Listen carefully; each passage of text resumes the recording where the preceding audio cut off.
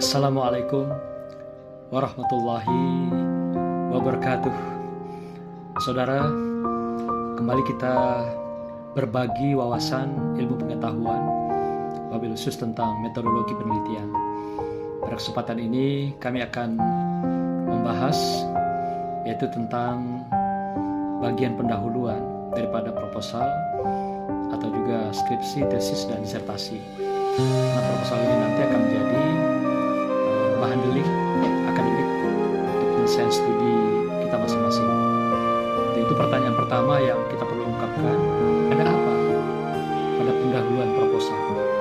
Inilah pertanyaan besar sekira yang perlu kita jawab di dalam membahas bagian penting yang ada di dalam atau bagian pendahuluan ini. Yang pertama, kita berangkat dari penelitian kualitatif. Baru nanti pada segmen kedua kita bicara pada penelitian kuantitatif. Karena dua pendekatan penelitian ini agak beda hal-hal yang ada pada bagian pendahuluan ini.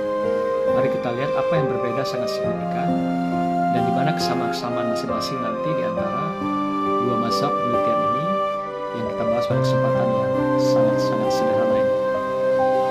Saudara, kita berangkat dari sistematika bagian pendahuluan, yaitu penelitian kualitatif. Pada penelitian kualitatif, hanya 4 hal saja yang ada di latar belakang ini. Di antaranya adalah, pertama, latar belakang masalah. Kedua adalah rumusan masalah. Ketiga adalah fokus penelitian. Dan keempat, tujuan dan kegunaan penelitian. Jadi hanya 4 saja yang ada di dalam penelitian kualitatif pada bagian pendahuluan ini. Kita mulai dari pembahasan tentang latar belakang masalah. Latar belakang masalah adalah hal-hal yang melatari pemikiran seseorang secara paradigmatis, keilmuan atau ilmiah. Jadi ini adalah cara pandang seseorang di dalam sebuah atau di awal dia membahas sebuah karya ilmiah. Dari sini kelihatan pemikiran seseorang. Apakah pemikirannya secara sistemik dan sistematik atau amburadul dan berantakan. Kelihatan dari awal dia menulis di latar belakangnya, menggunakan pendekatan paradigma ilmiah keilmuan atau juga ada cara pandangnya lain. Itu kelihatan dari latar belakang. Yang kedua, pada latar belakang ini ada dua hal yang paling penting. Pertama adalah grand theory yang dikenal sebagai Das Solem, dan yang kedua adalah grand tour yang dikenal sebagai Das Sein. Nah, Das Solem ini adalah merupakan pijakan kita ketika mana nanti kita menampilkan data-data grand tour. Nah, ini penting sekali apa yang akan kita munculkan secara fakta teoritis dan apa yang kita tampilkan dengan bentuk fakta-fakta empiris. Oleh karena itu, grand theory ini diambil dari teori formal atau teori model dari pakar yang sudah diuji, terbukti, dan terukur. Jadi bukan konsep, bukan pengertian atau definisi.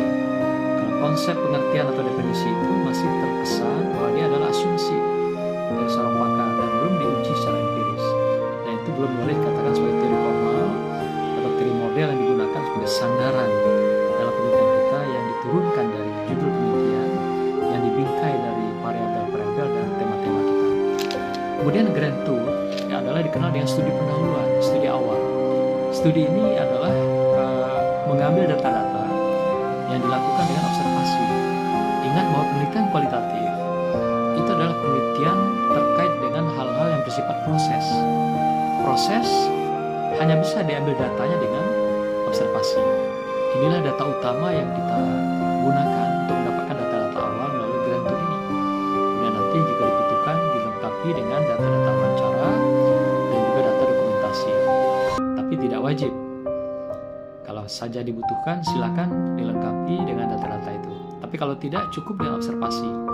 Karena penelitian kualitatif itu adalah penelitian proses yang tengah berlangsung atau tengah terjadi. Inilah beda dengan penelitian kuantitatif. Nah, karena itu data yang lebih tepat diambil adalah dengan cara kita melakukan observasi, apalagi yang kita lakukan itu observasi partisipan atau terlibat secara langsung di dalam situasi sosial terhadap subjek yang menjadi bagian daripada penelitian yang kita butuhkan di dalam mendapatkan informasi data. Untuk apa grand theory dan grand tour kita butuhkan di latar belakang? Pertama adalah untuk merumuskan merumuskan masalah dalam bentuk narasi, atau dengan kata lain dikenal dengan rumusan latar belakang. Jadi apa yang kita rumuskan di latar belakang itu dalam bentuk narasi-narasi, deskripsi yang merupakan sebuah pemikiran-pemikiran cerdas, pemikiran-pemikiran yang bertolak dari tema-tema dan atau paralel kita, itu dari tema kedua. Kemudian dari sinilah akan kita temukan masalah. Masalah yaitu apa yang berbeda antara das Solem secara fakta teoretik dan das Sein, fakta empirik. Nah, dua fakta inilah yang kita dudukkan dalam Grand Theory dan Grand Tour.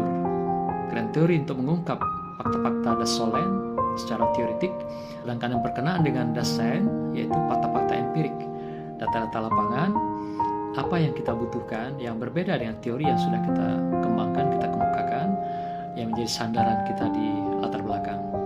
Kemudian ketiga, merumuskan pertanyaan penelitian yang dikenal juga dengan rumusan masalah. Kalau tadi rumusan latar belakang, sekarang rumusan masalah. Nah, ada yang mengatakan itu adalah grand question atau pertanyaan utama. Jadi grand question ini adalah merupakan pertanyaan penelitian yang akan kita jawab nanti di dalam pelaksanaan penelitian yang sebenarnya. Jadi kalau sekarang ini dikenal dengan penelitian secara umum, itu artinya kita mendapatkan data awal yang menjadi data mendukung penelitian kita melalui Grand Tour, dan kemudian nanti kita melakukan penelitian yang sebenarnya itu dikenal dengan mini tour. Kan penelitian kualitatif itu kan dikenal juga penelitian yang dilakukan secara laboratif. Laboratif itu artinya berdalam-dalam, juga berlama-lama dan berpanjang-panjang sampai jenuh data. Inilah penelitian yang menjadi khas daripada penelitian kualitatif. Yang kita meneliti adalah dari sudut mereka, subjek, bukan dari sudut kita. Maka itu dikenal penelitian kualitatif itu yaitu penelitian dari sudut emik. Emik itu dari sudut mereka. Sedangkan sebaliknya kalau kuantitatif itu dari sudut etik, dari sudut kita peneliti. Nah, ini beda signifikan yang saya katakan tadi. Saudara, bagaimana merumuskan latar belakang ini supaya dia betul-betul terbangun, terbingkai dengan baik gitu, dan bahwa dia layak menjadi sebuah proposal atau juga menjadi bagian daripada disertasi, tesis dan skripsi kita. Ada beberapa hal yang kita catat dari beberapa buku dan pakar. Di antaranya adalah dari awal daripada bab 1 ini atau pendahuluan ini di latar belakang, kita awali dengan membangun kalimat yang bersifat naratif atau deskriptif sebagai pembuka hazanah keilmuan penelitian ilmiah. Nah, bahasa-bahasa yang naratif ini adalah bahasa-bahasa yang aktif dengan menggunakan yaitu bahasa Indonesia yang baik dan benar, yaitu dengan SPOK, subjek, predikat, objek, dan keterangan.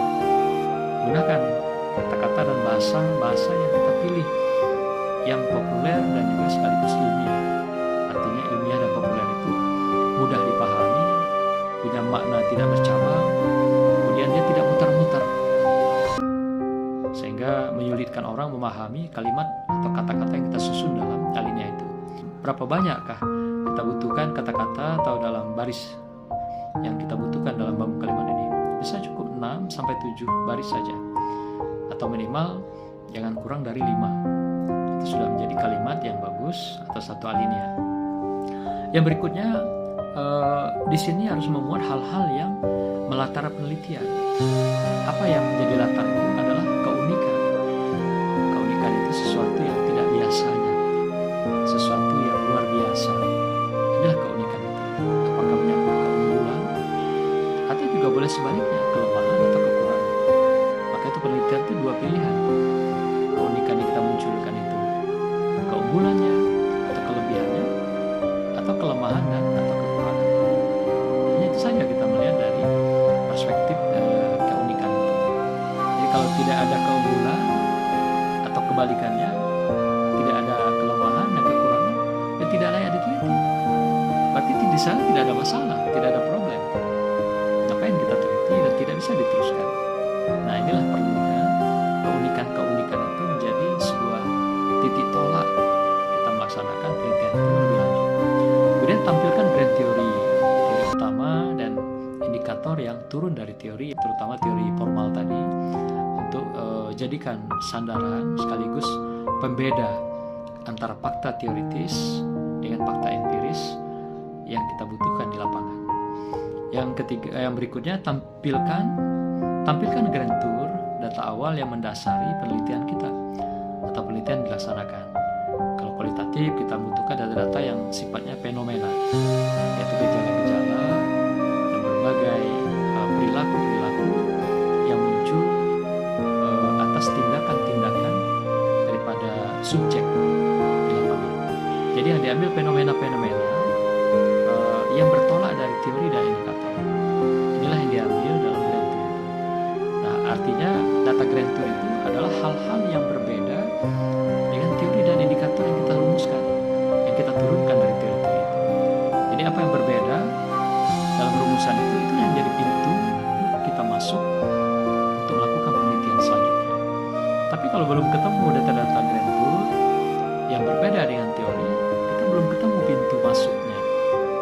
Tentu saja tidak bisa dipaksakan memasuki pintu gerbang sebuah riset kalau kita belum punya problem yang kita munculkan sebagai rumusan-rumusan ini yang berbeda antara fakta teoritik dan fakta empirik yang kita peroleh melalui observasi partisipan atau partisipasi terlibat di dalam situasi sosial. Yang berikutnya adalah fokus bahasan kita itu pada tema kedua kalau penelitian kualitatif. Kenapa? Karena pada tema kedua itulah letak masalah penelitian kita. Jadi masalah kita itu adanya di rumah tema kedua. Jadi tema pertama bagaimana? Tidak perlu didalami atau tidak perlu dilengkapi data-data yang kita butuhkan. Seperti tadi melihat keunikan itu, yang perlu dimunculkan keunikan adalah pada rumah masalah, yaitu tema kedua. Jadi ingat, rumah masalah penelitian kualitatif ada pada tema kedua, bukan pada tema yang pertama. Saudara, rumusan masalah yang pada bagian berikutnya yang dikenal juga dengan istilah grand question. Ya, jadi ada 3 bagian pada latar belakang atau pendahuluan ini. Pertama tadi grand theory dan grand tour. Ketiga apa? Adalah grand question. Itu 3 kesenyawaan yang tidak terpisahkan. Jadi kalau sebuah pendahuluan pada bab 1, kalau tidak muncul 3 aspek itu, grand theory, kemudian grand tour dan grand question, itu belum lengkap. Ya, kaidah-kaidah atau juga norma-norma yang kita bangun secara akademis pada bab 1. Nah, inilah pokok-pokoknya. Kemudian rumusan masalah itu pada penelitian kualitatif itu biasanya hanya 4 hal. Nah, pertanyaan utama yang menjadi grand question itu adalah pertanyaan yang nomor 1, yaitu pertanyaan yang berangkat dari kemengapaan. Why? Pertanyaan seperti ini. Mengapa kepemimpinan transformasional belum mampu mengembangkan SDM di PT KIS Provinsi Sumatera Barat? Ini contoh saja sebuah penelitian yang mengangkat tentang kepemimpinan transformasional dalam mengembangkan SDM di PT KIS. Berdasarkan grand tour yang ditemukan di lapangan, ada yang berbeda dengan teori yang sudah dirumuskan. Apa bedanya? Yaitu ditemukan di sini data awal yang berbeda dengan teori dan indikator adalah SDM di PT KIS ini belum mampu dikembangkan karena mereka sudah melakukan transformasi yang sudah merubah status namanya dari sekolah tinggi yang menjadi IAI misalnya, Institut Agama Islam Swasta, ada juga Indaristit menjadi sekolah tinggi. Tapi realitanya di sana belum mampu mengembangkan SDM-nya, SDM dosen, SDM karyawan, pejabat struktural, sampailah pada SDM mahasiswa. Jadi dalam rumusan masalah ini kita temukan tema pertama dan tema kedua. Tema pertama adalah kepemimpinan transformasional. Tema kedua adalah pengembangan SDM di PT KIS. Nah, inilah yang kita jadikan tema dalam penelitian kualitatif. Dan pertanyaan yang pertama ini adalah yang pertanyaan utama, grand question, yaitu kemengapaan. Jadi dalam penelitian kualitatif itu, ini yang paling utama dan pokok. Yang lain-lain itu komplemen. Jadi dengan kata lain, walaupun hanya satu pertanyaan ini, tapi Tapi inilah yang dijawab dalam penelitian dalam bentuk miniatur, itu sudah bisa mewakili penelitian secara keseluruhan. Tapi kalau pertanyaannya berapapun jumlahnya, ternyata tidak mengungkapkan pertanyaan kemengapaan, belum selesai itu penelitian. Walaupun sudah sampai 500 halaman, 1000 halaman sekalipun yang hasil temuan penelitian itu. Tapi kalau pertanyaan kemengapaan tidak muncul, tidak dijawab dalam penelitian, itu bukanlah penelitian kualitatif. Dan penelitian itu belum usai. Ingat, dalam penelitian kualitatif, kita mengungkap makna yang sesungguhnya, yang dikenal dengan meaningful, atau di dalam istilah Weber dikenal dengan Verstehen. Mengungkap makna yang sesungguhnya dari atau di balik tindakan perilaku seseorang. Nah, kalau kita ingin tahu makna yang sesungguhnya meaningful itu, ya hanya dengan pertanyaan kemengapaan. Mengapa? Kalau tidak ada yang pertanyaan kemengapaan atau mengapa ini, tidak akan pernah kita ungkap makna yang sesungguhnya atau Verstehen dalam penelitian kualitatif. Maka itu pertanyaan apapun selain dari kemengapaan, itu hanyalah pelengkap atau istilahnya komplement.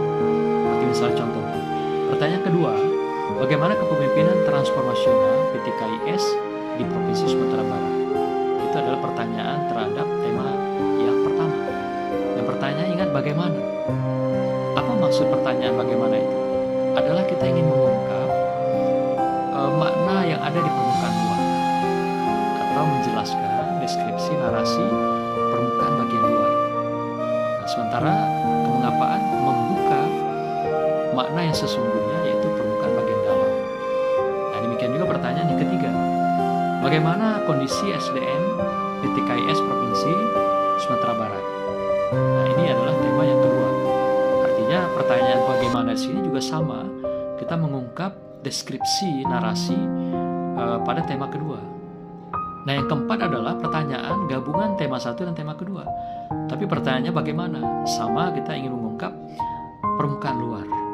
Pertanyaannya adalah bagaimana kepemimpinan transformasional PTKIS dalam mengembangkan SDM di Provinsi Sumatera Barat. Sama dengan pertanyaan yang nomor 1. Tapi pertanyaan nomor 1 tadi dia berangkat dari mengapa. Kalau pertanyaan nomor 4 ini berangkat dari bagaimana. Nah, sehingga dengan demikian kita lagi-lagi mengungkap pada perspektif pertanyaan ini adalah dari sisi permukaan luar, bukan permukaan dalam. Kemudian bagian berikutnya, saudara, fokus penelitian. Fokus penelitian itu kalau dalam penelitian kualitatif sekaligus itu membatasi penelitian. Maka itu fokus penelitian dilakukan itu sesuai dengan nomenklatur atau prodi peneliti sendiri.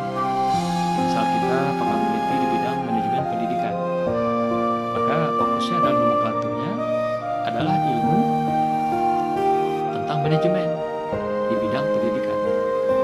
Nah, itu yang difokuskan. Nah, kemudian lagi kalau nanti ada konsentrasi misalnya, kita katakan meneliti tentang kepemimpinan transformasional. Nah, itu kan masih umum. Karena yang mungkin kita mau lihat dari sisi-sisi yang tertentu. Misalnya kepemimpinan transformasional ini mau dilihat dari sisi pengembangan atau perubahan lembaga.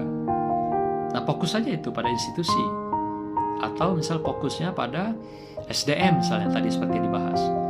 Atau misal perubahan itu pada aspek misalnya pembiayaan, kesejahteraan, bisa juga. Atau pada aspek lain, misalnya pada aspek kurikulum. Nah, itulah yang jadi fokus kita.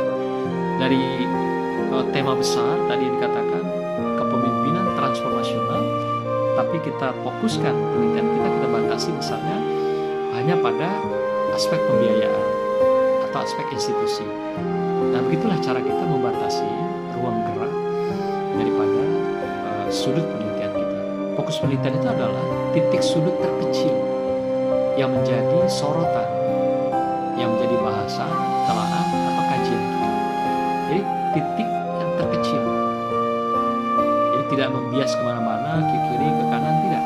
Jadi titik fokus hanya pada sudut yang sudah kita tetapkan. Jadi dengan kita menampilkan katakan gaya kepemimpinan transformasional, nah kemudian kita fokuskan lagi yang lebih kecil. Dalam penelitian ini dikhususkan membahas tentang aspek-aspek pembiayaan dan kesejahteraan SDM dengan adanya perubahan peningkatan status dari lembaga-lembaga yang tadi sudah berubah. Nah, maka itu ditinjau, disorot, titik sudutnya mana yang menjadi fokus adalah pada perspektif pembiayaan dan kesejahteraan sumber daya manusia. Nah, itulah cara kita membuat fokus penelitian. Jadi tidak mesti fokus itu melebar sesuai tema atau variabel, tidak. Boleh diturunkan ke sudut yang paling kecil lagi sesuai dengan nomenklatur keilmuan kita dan sudut telaah kita. Jadi jangan paksakan Anda menampilkan batasan atau fokus itu hanya pada tema-temanya. Di bagian akhir dari bab 1 ini atau pendahuluan ini yaitu tujuan dan kegunaan penelitian. Nah, tujuan itu secara langsung adalah terkait dengan kebutuhan secara teoritis. Jadi apa yang memang secara teoritis kita inginkan hasil daripada penelitian ini. Ya, contohnya misalnya mau menambah hasanah keilmuan atau memperkuat misalnya nomenklatur keilmuan yang ada yang sekarang Anda kaji, atau misalnya memperkaya ya dari berbagai banyak katakan koleksi penelitian dan juga ilmu-ilmu yang terkait dengan manajemen ini. Anda mau memperkaya, memperkuat. Nah, itu boleh menjadi tujuan. Jadi ada secara teoritis. Yang kedua adalah secara empiris. Empiris itu adalah hal-hal yang terkait dengan realita. Apa yang ingin Anda wujudkan dengan penelitian ini? Selain tadi memberikan hasanah keilmuan, nah Anda barangkali mau memberikan secara empiris dalam bentuk katakan apakah ada skill yang akan diperoleh dalam penelitian itu, atau ada hal-hal yang bersifat psikomotorik, kecakapan dan sebagainya, sehingga Anda akan memberikan kontribusi secara empiris pada lembaga Anda yang Anda teliti. Nah, jadi secara empiris ini Anda bisa menakar apa saja realita-realita yang bisa Anda berikan, Anda sumbangkan sebagai tujuan yang akan Anda peroleh dari penelitian yang Anda lakukan. Maka itu cukup dua di sini, ada secara teoritis dan secara empiris. Empiris itu adalah pengalaman secara nyata atau realitanya. Yang berikutnya kegunaan. Kegunaan adalah yang bersifat praktis. Praktis itu berupa misalnya rekomendasi-rekomendasi yang kita berikan kepada pihak-pihak tertentu. Apakah lembaga yang kita teliti, misalnya perguruan tinggi, sekolah, atau perbankan misalnya kalau PLKS, atau lembaga PAUD atau PIAUD bagi lembaga PIAUD, atau juga lembaga-lembaga pendidikan formal, pendidikan non formal, atau pendidikan jemaah majelis ta'lim bagi pendidikan agama misalnya, atau juga yang lain-lain yang terkait dengan pendidikan, hukum, pemikiran dan sebagainya. Jadi intinya secara praktis itu adalah kita ingin memberikan sesuatu kepada lembaga, institusi, atau para pihak yang kompeten dalam penelitian kita. Nah, ini yang kita gunakan untuk secara praktis.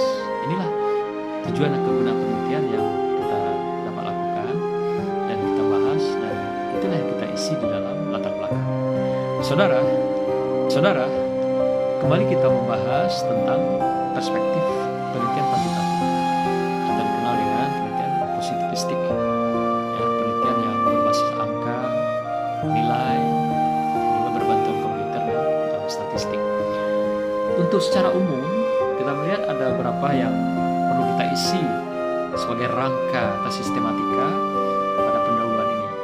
Di antaranya adalah pertama latar belakang, kedua ada identifikasi masalah, ketiga adalah pembatasan masalah, keempat ada rumusan masalah, dan terakhir yang kelima ada tujuan dan kegunaan penelitian.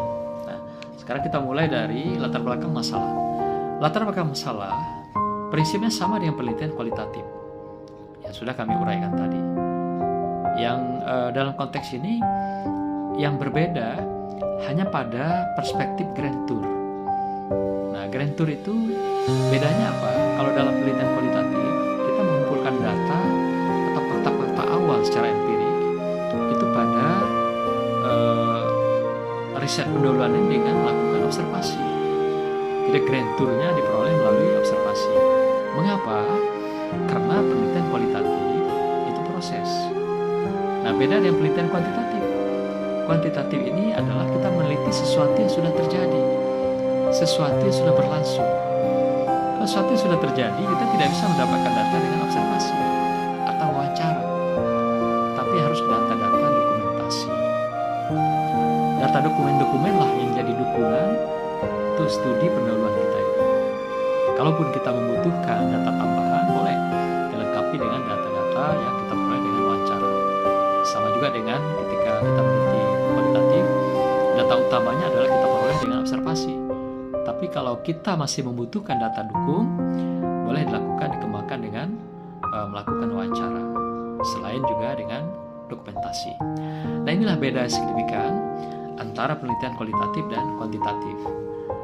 Pada Grand Tour ya, ini yang akan kelihatan betul, karena juga rumusan yang akan muncul nanti dalam pertanyaan akan beda dibandingkan dengan pertanyaan yang dalam kualitatif. Saudara, kalau bicara untuk apa Grand Theory dan Grand Tour sama dengan apa yang tadi sudah saya sampaikan dalam penelitian kualitatif. Ini sama juga pertama untuk merumuskan masalah dalam bentuk narasi-narasi dan menemukan masalah yang berbeda antara das Solem sebagai teori dan juga das Science sebagai fakta, dan untuk merumuskan pertanyaan penelitian atau rumusan masalah sama dengan penelitian kualitatif. Kemudian teknik merumuskan latar belakang dalam penelitian kuantitatif sama juga sebenarnya. Jadi kita mulai membangun kalimat narasi pada alinea awal, kemudian masuk pembahasan berikutnya melalui pembahasan dalam bentuk teori-teori, dan kemudian dipaparkan atau diurai data-data yang kita peroleh melalui data dokumentasi. Dan kalau tadi penelitian kualitatif diurai data-data melalui data yang diperoleh melalui observasi. Nah, inilah yang kita butuhkan di dalam merumuskan latar belakang. Jadi hal-hal yang terkait dengan apa yang melatari ini, selain fokus pada variabel yang keempat atau variabel Y kalau dalam penelitian korelasi, dan variabel X4 kalau penelitian analisis jalur ya, atau path analisis. Kenapa ini yang kita munculkan sebagai posisi tekanan atau menjadi tumpuan daripada pembahasan ini? Karena disinilah tumpukan masalah itu yang berada pada variabel terikat, atau istilah kalau penelitian path analisis variabel endogen. Jadi posisi ini yang sangat penting kita munculkan, kita tampilkan dengan berbagai kelebihan dan keunggulannya. Begitu juga hal-hal yang melatar penelitian, kita tetap berangkat dari keunikan sama ya dengan penelitian kualitatif. Pun begitu juga kita nampilkan grand theory, kemudian grand tour sama ya, tapi datanya diperoleh dengan cara berbeda. Kemudian juga kita menampilkan fokus penelitian ini nanti itu pada rumah penelitian, yaitu variabel Y atau X4. Ini yang menjadi variabel yang titik tekan kita untuk melihat masalah dalam penelitian ini, untuk melihat keunikannya ya. Keunikan itu ada pada rumah masalah, yaitu pada Y, variabel terikat, atau variabel X4, variabel endogen istilahnya kalau dalam penelitian path analisis. Kemudian identifikasi masalah. Nah, ini berbeda yang signifikan antara penelitian kualitatif dan kuantitatif. Identifikasi masalah ini merupakan pengungkapan statement atau pernyataan terkait dengan variabel, utamanya variabel bebas atau eksogen dalam penelitian analisis path, yang dimungkinkan berkontribusi terhadap variabel terikat atau endogen tadi.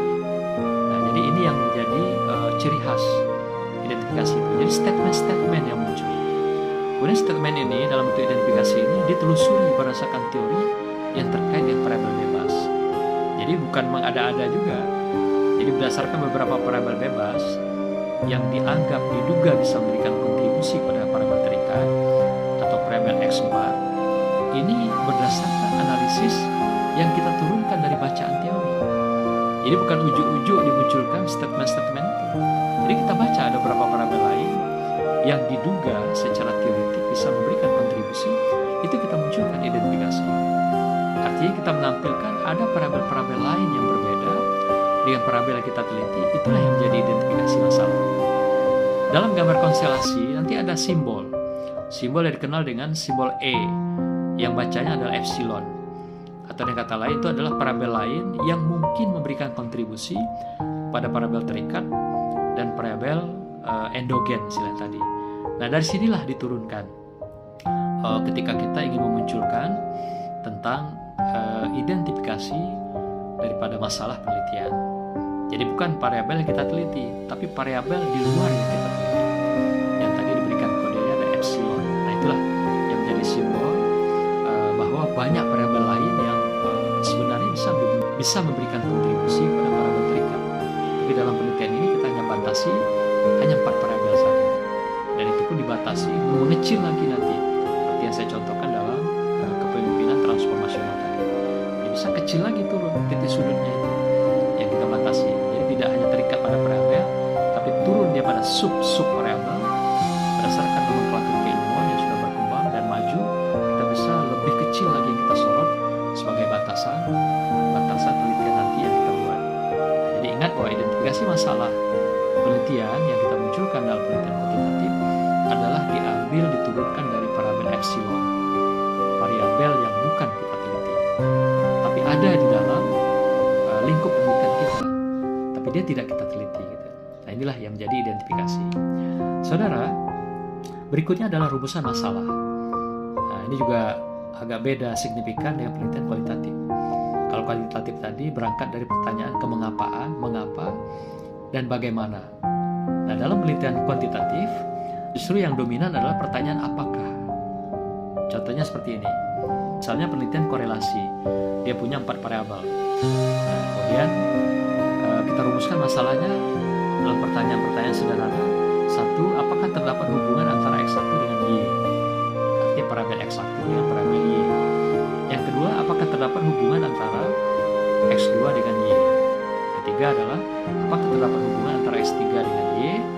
Dan keempat adalah, apakah terdapat hubungan antara X1, X2, dan X3 secara bersama-sama atau secara simultan dengan Y? Nah itulah khas, ya, kekhasan daripada penelitian kuantitatif yang jauh beda dengan pertanyaan penelitian kualitatif. Demikian juga dalam beda yang kuantitatif yang berbasis model PET analisis atau analisis jalur, ini justru lebih banyak pertanyaan penelitiannya, yaitu ada 10. Kalau korelasi hanya 4. Karena korelasi hanya melihat atau mengukur adanya kontribusi searah. Searah maksudnya X1 terhadap Y. Udah selesai. X2 terhadap Y. Jadi searah saja, dia titik. Nah beda dengan penelitian analisis jalur. Dalam penelitian analisis jalur ini, dia punya 10 pertanyaan. Mengapa bisa sampai mengembang 10 pertanyaan itu? Karena semua variabel dilakukan analisisnya. Dia lakukan pengukurannya, dia lakukan perhitungan. Seperti misalnya ada apakah terdapat pengaruh antara X1 terhadap X4? 1. Kemudian apakah terdapat pengaruh antara X2 terhadap X4? 2. Kemudian yang ketiga, apakah terdapat pengaruh antara X3 terhadap X4? Kemudian apakah terdapat pengaruh antara X1 terhadap X2? Nah, ini mulai muncul perbedaan antara korelasi dengan analisis jalur. Jadi kalau dikorelasi dia tidak melihat hubungan antara S1 terhadap S2, S1 terhadap S3, tidak. Tapi dalam PET analisis itu semua diukur. Jadi bukan saja dia kepada X4 sebagai variabel endogennya atau terikat, tapi juga dilihat antar variabel.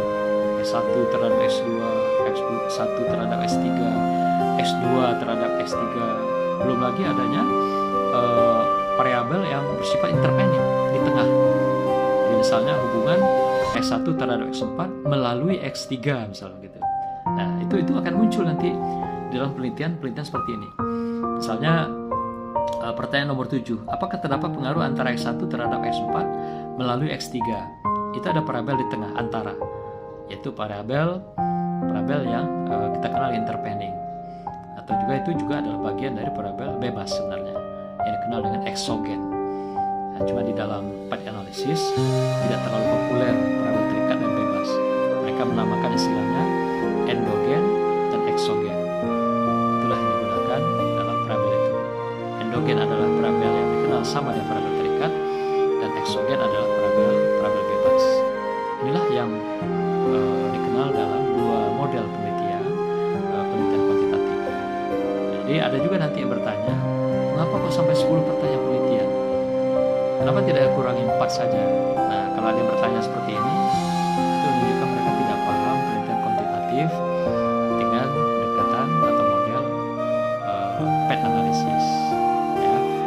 sudah baku, sudah protapnya. Penelitian korelasi 4 pertanyaan. Dan penelitian untuk pet analisis 10 kalau 4 variabel. Tapi kalau dikurangi 3 variabel, misal untuk tesis S2, ya berkurang lagi. Yang tadinya dikorelasi 4 pertanyaan, dia tinggal 3 saja nanti itu. Demikian juga yang di kalau penelitian pet analisis, yang 10 bisa jadi 6 atau bisa 5 gitu ya. Jadi tidak semuanya bisa disamakan jumlah pertanyaan penelitian itu. Tambah variabel, tambah banyak rumusan masalahnya. Itu aja intinya. Jadi kalau ada pertanyaan seperti yang saya sampaikan tadi, banyak sekali pertanyaannya, sampai 10. Apa 10-nya semua diukur? Oh iya, itulah protap penelitian pet analisis. Itu kita cukup tersenyum kalau ada pertanyaan demikian, ya, karena ada nanti yang bertanya karena ketidaktahuan atau tidak paham dengan penelitian kuantitatif. Nah, inilah yang memang sudah menjadi protap yang tidak bisa kita hindari di dalam penelitian ilmiah akademis. Saudara, di sini kita kenal juga ada istilah batasan penelitian. Kalau tadi pada penelitian kualitatif dikenal fokus penelitian, di sini kuantitatif mengenal batasan. Sebenarnya sama isinya, yaitu batasan penelitian dilakukan sesuai nomenklatur atau prodi peneliti. Jadi kita membatasi batasan di sini ya sesuai nomenklatur dan prodi kita. Itu yang kita berikan tekanan. Kemudian titik sudut terkecil yang menjadi sorotan, sama tadi seperti contoh.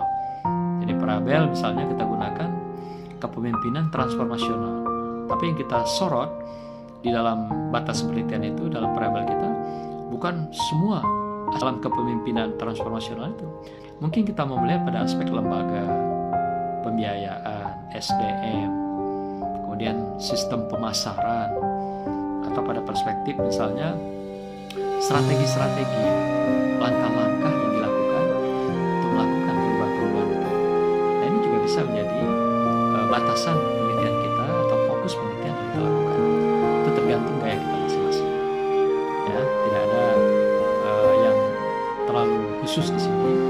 Tapi yang penting bahwa kita bisa batasi sudut penelitian itu atau batasan penelitian itu sesuai dengan nomenklatur kita dan juga sesuai sudut telaah yang kita kaji berdasarkan paradigma keilmuan kita.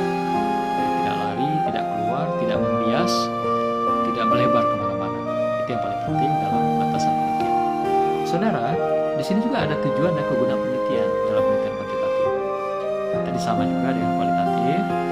Ada sumbangan tujuan kita adalah untuk perspektif teoritis, yaitu menambah hasanah keilmuan.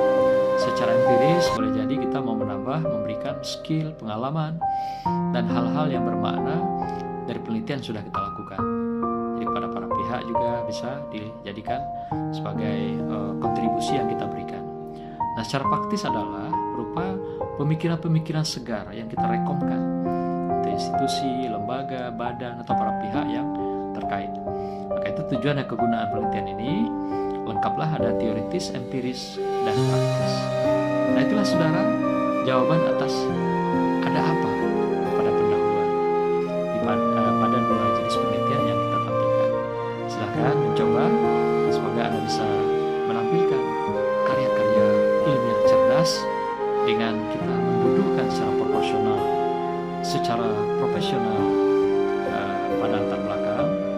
Demikian juga bahasan-bahasan yang ada pada pendahuluan secara keseluruhan. Dengan kuatnya latar belakang pendahuluan menunjukkan Anda seorang intelektual, seorang yang punya paradigma ilmiah akademis yang kuat, yang kokoh dan tangguh di dalam keilmuan.